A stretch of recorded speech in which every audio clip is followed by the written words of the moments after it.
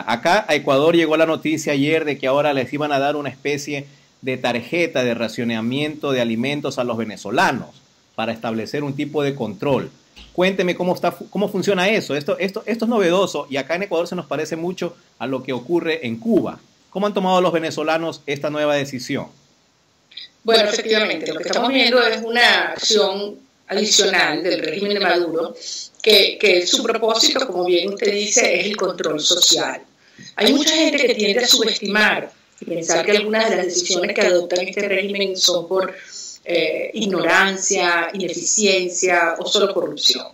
Y ese ha sido el error más grande que de manera reiterada se ha cometido en Venezuela, y es subestimar la intencionalidad de estas decisiones. Esta tarjeta lo que busca es mantener a la sociedad en la supervivencia y en la dependencia. Imagínese que usted no puede comprar lo que usted quiera con su dinero, porque no existen los productos, y si los encuentra son a unos precios absolutamente impagables. El sueldo mínimo en Venezuela es del orden de $1 al día.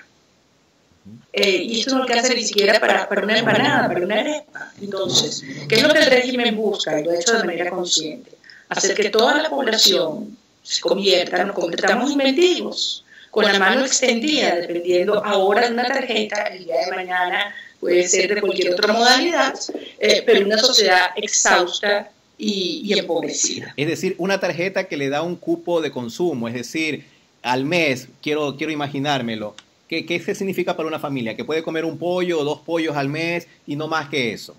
Lo que le da la gana al régimen. Y eso ya existe hoy en día. Ya existen sistemas de seguimiento y control, de modo que para poder usted comprar determinados productos a precios controlados no le permiten adquirir más de cierta cantidad con base en su cédula de identidad por un periodo de tiempo. Pero es que si usted quiere ir a comprar leche o pañales, usted tiene que llevar la partida de nacimiento de su hijo, y en algunos casos incluso lo obligan a llevar el bebé en los brazos. Es una cosa loca que obviamente, lejos de favorecer a la gente, lo que genera es todo un esquema de corrupción y de mercados paralelos, de mercados negros, como siempre ha ocurrido. Cuando usted pone controles, cuando usted pone mecanismos de privilegios, al final inevitablemente se cae en la discrecionalidad y en la corrupción. Y eso es lo que este régimen quiere, porque es un mecanismo, insisto, de control social. Tener al ciudadano con la mano extendida y yo te doy, pero eso sí, si te portas bien. Y te portas bien es que usted tiene que militar en el partido de gobierno, usted tiene que participar en las movilizaciones, en las protestas, y nunca, jamás decir nada que le vaya a disgustar al dictador. Es decir, incluso hay privilegiados. Los que siguen la revolución bolivariana tienen privilegios sobre el resto de los ciudadanos en estos asuntos. Bueno, por supuesto, que además son cada vez una minoría, es decir, el 90% de la sociedad está en contra de este régimen.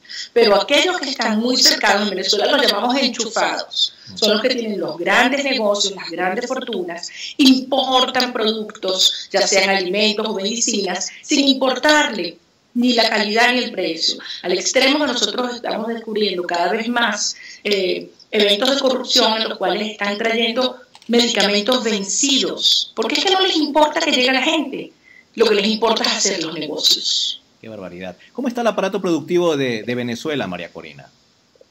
Bueno, lo que queda. Y una vez más debemos entender que este proceso no es de los últimos 2 o 3 años con Maduro, sino comenzó desde muy temprano en el régimen de Hugo Chávez, cuando de manera calculada puso en práctica lo que en su momento llamó expropiaciones, que es decir, me le quitan este terreno, me le quitan esta finca, me le quitan este comercio a sus dueños, y el Estado se encarga de ello, sin ningún tipo de, digamos, contraprestación, ni económica, ni de ninguna manera.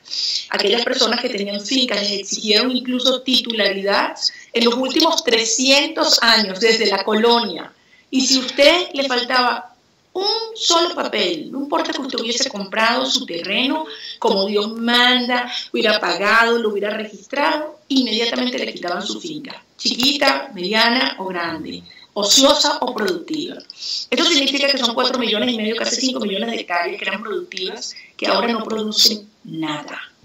vemos cómo industrias que fueron tomadas a la fuerza por el régimen se han convertido en cementerios, en chatarra. Lo que busca es controlar, hay grandes oportunidades de negocio y corrupción y hambre y miseria para todos los venezolanos.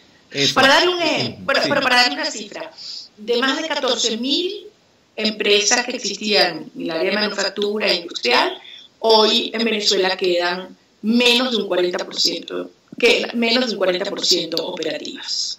Qué barbaridad, es menos de la mitad. ¿Qué pasó, María Corina? El año pasado, con la mayoría que logró la Mesa de la Unidad de la Democrática, se pensó que ya en Venezuela por fin se iba a poder avanzar en el tema de la restauración de la democracia. Pero en la práctica vimos que ha pasado un año y la mayoría de las iniciativas que tiene la Asamblea han sido corchadas, bloqueadas por el Tribunal de Justicia que controla el chavismo. ¿Cómo está eso? ¿Están un poco tal vez defraudados, decepcionados con lo que se pudo hacer y no se ha conseguido? Bueno, Marlon, yo voy a hacer una pequeña precisión. No es la mayoría de las decisiones de la Asamblea han sido bloqueadas. Todas. Todas. Absolutamente todas. Todas las leyes aprobadas por la Asamblea Nacional no están en vigencia.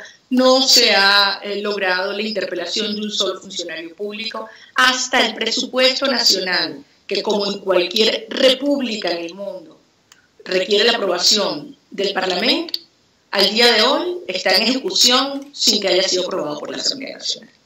Y yo ahí debo ser, y debemos ser muy, muy críticos, porque efectivamente, como usted dice, 2/3 de una Asamblea Nacional que surge con un poder político mayor a cualquier parlamento anterior, porque en unas elecciones donde hubo todo tipo de atropello por parte del régimen, la población venezolana, en una demostración enorme de coraje y de civismo, logró 2/3, más de 2/3 del Parlamento. Sin embargo, el Parlamento, en mi opinión, no ha actuado con la fortaleza, con la firmeza y con la determinación que esperábamos y que seguimos esperando los venezolanos.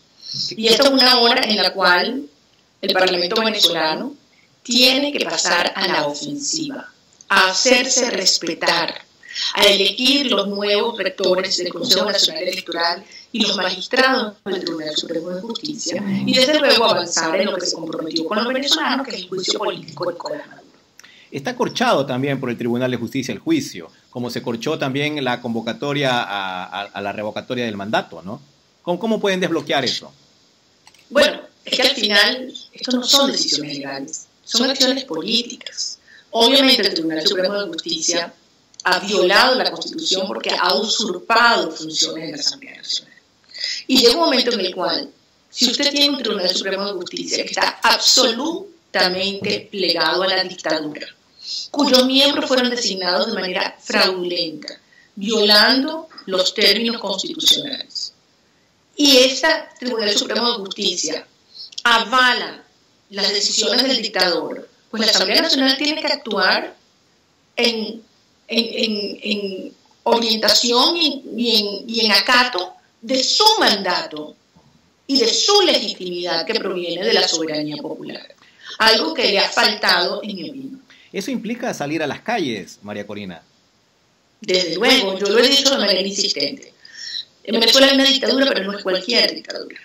Es una dictadura militarista, cruel y mafiosa. Es decir, tiene un componente que ha quedado más que evidenciado de vínculo con el crimen organizado y el narcotráfico internacional.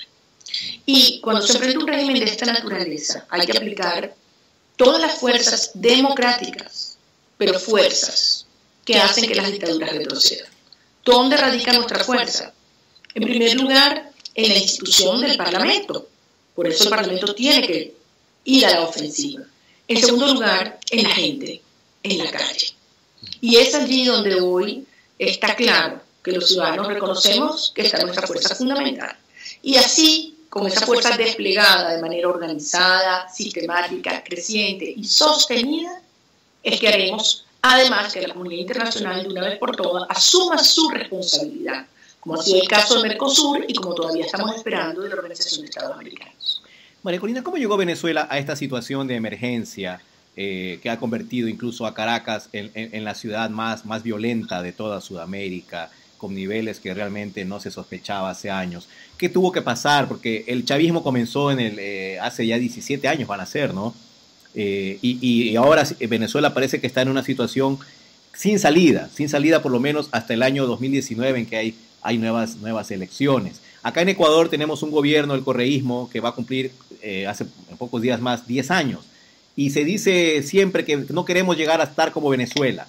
Entonces, ¿qué hay que hacer? ¿Qué hay que hacer? O sea, la gente en realidad no toma las cosas con la gravedad que realmente tienen. Hace pocos días aquí en Ecuador se aprobó una ley de plusvalías que obliga a entregar al Estado el 75% de ganancia cuando una persona vende su casa y tiene una utilidad superior a un determinado porcentaje que estableció el gobierno. Y muchos dicen, no pasa nada, es una acción social que beneficia a los más pobres. Estamos tal vez yendo por el mismo camino si no reaccionamos a tiempo, María Corina. Totalmente, como te lo decía antes, hay un problema de subestimar la naturaleza del régimen. Yo fui quizás la primera persona que le dijo dictadura a este régimen, quien alertó en primer momento sobre la llegada de la crisis humanitaria y me dijeron, no, eso es una exageración, no va a ocurrir. Quizás la primera persona que habló de que este régimen ya no era un proyecto político, sino una organización criminal. Y la verdad, Marlon, es que me quedé corta. Y uno de los grandes errores que se cometen en estos sistemas es pensar que estas cosas ocurren por ineficiencia o porque no le salen las cosas bien. Por el contrario, han estado fríamente calculados. Esto es un régimen con vocación totalitaria, como valientemente lo ha advertido la Iglesia Católica Venezolana. Y vocación totalitaria significa que ¿qué pasa con que exista silencio? Ellos quieren la sumisión y el entusiasmo, el fervor a favor del régimen. Y por eso aplican todo tipo de mecanismos de terror, de división de la familia, de socavar las bases mismas de la sociedad, de los valores éticos y el tejido social. Ahora, yo sí te digo algo.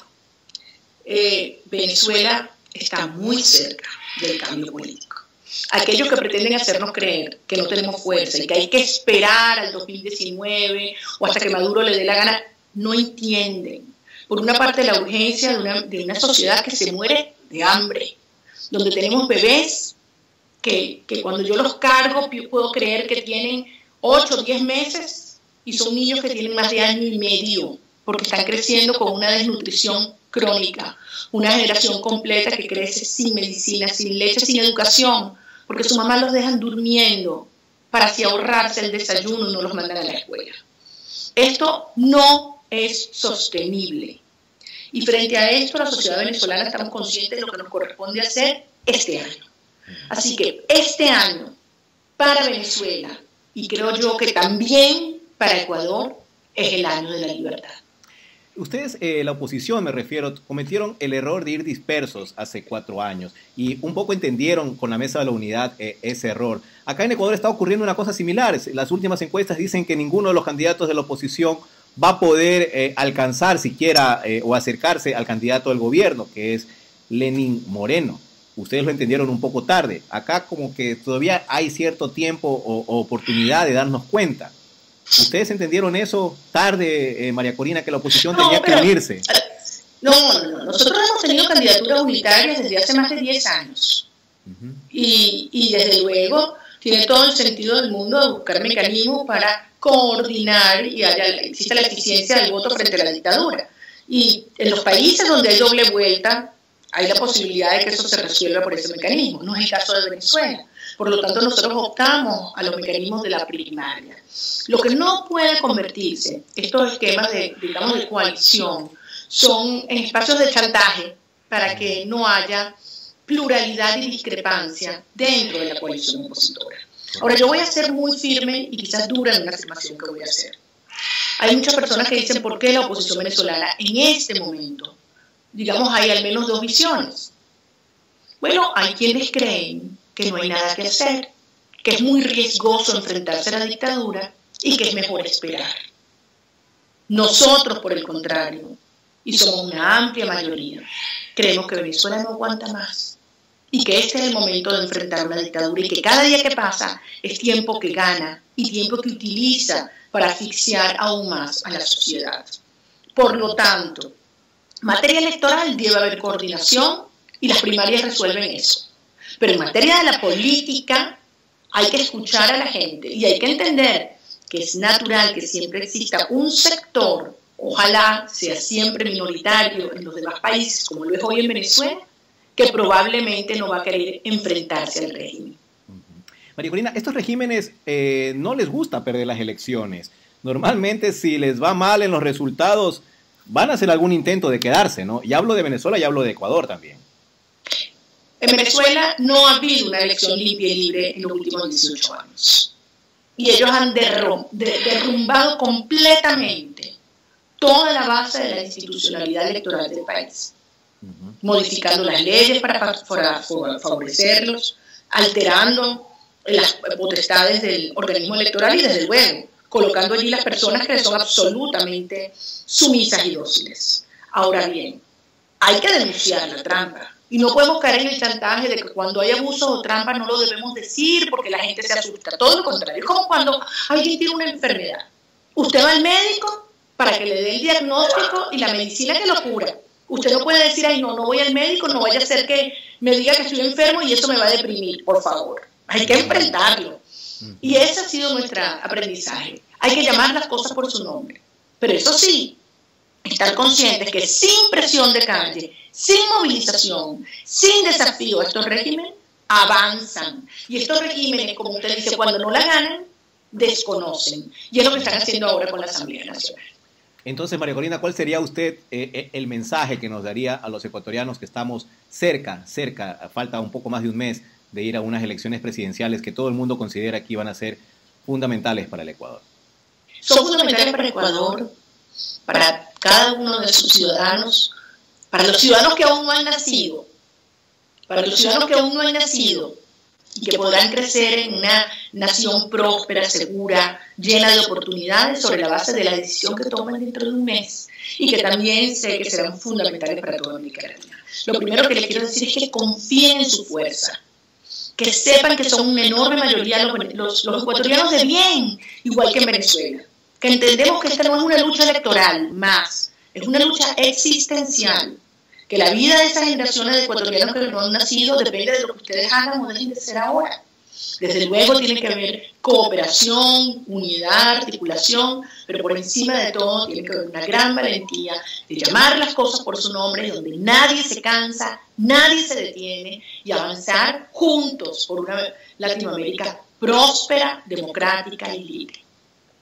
Bueno, María Corina, lo último que le quiero preguntar es, usted obviamente ha sido perseguida por el régimen, fue destituida de su cargo de diputada. Ahora, ¿cómo siente la presión, el acoso por parte del gobierno, de la dictadura que llama usted de Nicolás Maduro? Usted no se calla, usted no escarmienta. Acá hay mucha gente que ha sido perseguida y logra el gobierno el silencio de esa gente. Pero vemos que allá en Venezuela siguen adelante. ¿Cómo puede manejar esa situación? Bueno, efectivamente es brutal. Créanme que lo peor que ellos hacen no es lo que se ve. Los golpes que me han dado, la prohibición de salida del país, el no poder estar con mis hijos, las amenazas de cárcel. Créanme que eso no es lo peor. Lo peor es todo lo que hacen por detrás, ¿no? Tratar de aterrorizar a mi familia, a mis compañeros de partido. Sin embargo, déjenme decirle, mi fuerza de verdad viene de profunda confianza en los venezolanos, del contacto que tengo todos los días con millones de conciudadanos que sabemos lo que está en juego y de mi amor por Venezuela y por la libertad. Y estoy segura que muy, muy pronto vamos a ver emerger y florecer esa nación próspera, buena, luminosa, que inspiró tantas luchas en el pasado, que liberó tantas naciones y que hoy tendrá nuevamente a sus hijos merecedores de ese legado histórico. Bueno, María Corina, muchísimas gracias. Creo que cumplí el tiempo ofrecido. Así que nada, suerte. Un gran abrazo. Un abrazo. Y mucha suerte, mucha fuerza y mucha suerte. Hasta luego. Gracias.